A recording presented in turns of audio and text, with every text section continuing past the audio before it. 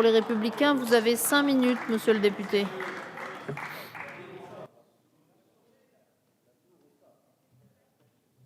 Non, je vais laisser mon arme au fourreau, monsieur le ministre.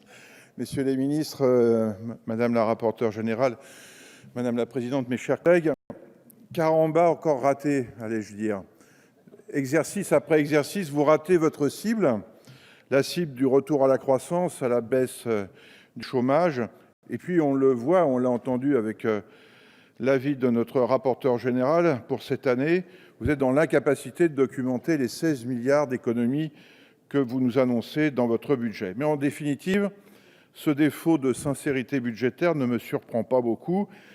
Il est symptomatique de votre incapacité à redresser effectivement les comptes publics et surtout à financer finalement les priorités que vous avez vous-même établies. Je me concentrerai pour ma part sur le budget de la défense, qui est mis en péril par un certain nombre de malfaçons en contradiction avec la loi de programmation militaire que nous avons votée cet été. Avant même d'évoquer d'ailleurs l'exercice 2016, il faut parler de l'exercice en cours. Car si les financements font défaut cette année, messieurs les ministres, le report de charges sera aggravé pour le nouveau point d'entrée de la LPM. Il est en effet prévu que les recettes exceptionnelles attendues par la vente des fréquences de 700 MHz seraient remplacées cette année par des crédits budgétaires. On est aux alentours de 2 milliards d'euros destinés à acquérir, et ça c'est important, les matériels de transport et d'armement indispensables à nos armées. Nous ne sommes donc pas dans le détail. Cependant, à l'heure où nous parlons, il n'y a toujours pas eu de budget rectificatif. Je vous demande, messieurs les ministres, de nous fournir aujourd'hui des éléments de réponse sur ce point. Je souhaiterais également aborder deux sujets qui me paraissent absolument primordiaux pour la préparation du budget 2016. Premier sujet, la LPM actualisée a prévu 1 milliard d'euros redéployés au bénéfice des opérations d'armement du fait de l'évolution favorable des indices économiques, ce qu'on appelle les coûts de facteur. Il s'agit des économies théoriques que l'État peut espérer sur, par exemple, le prix des carburants et les matières premières. J'avais dit lors de l'examen de la LPM que ces économies paraissaient surévaluées. À titre d'exemple, le poste carburant opérationnel du budget de l'État représente environ 500 millions d'euros par an. Et en 2014, les économies sur ce poste ont atteint à peu près 35 millions d'euros. Mais alors, avouez qu'on est loin quand même du milliard annoncé sur les 5 ans. 1 milliard, vous nous annoncez, en matière de coûts de facteur. Où allez-vous trouver, et là c'est la deuxième question, la ventilation et ces fameux gains de pouvoir d'achat dans la mission défense qui ne sont là aussi absolument pas retracés dans les documents budgétaires que vous nous avez présentés. Un autre sujet essentiel est celui de nos infrastructures de défense, c'est-à-dire les bases terrestres, navales et aériennes, de tout ce qui permet d'accueillir les hommes et les matériels dans de bonnes conditions. Le budget 2016 prévoit un peu plus d'1 milliard d'euros, notamment pour le maintien en condition de l'existant.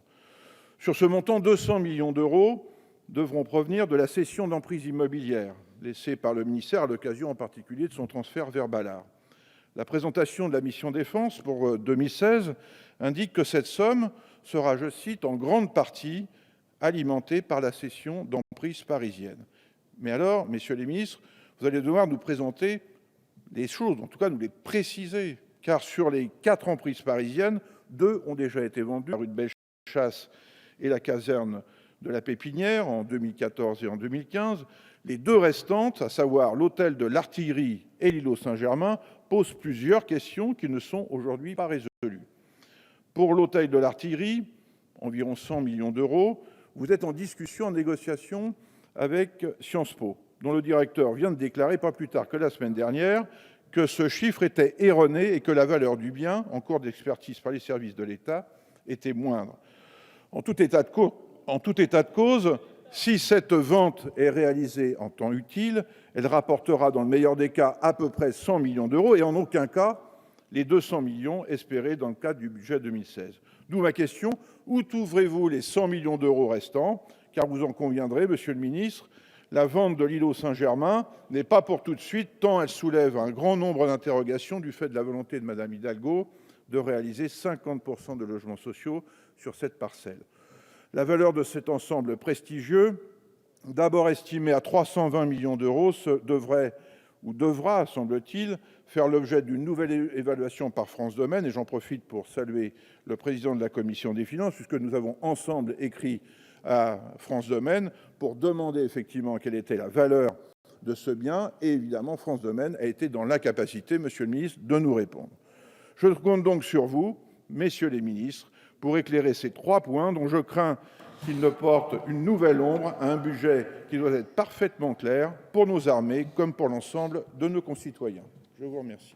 Merci, monsieur le député. La parole est à monsieur Michel Vernier.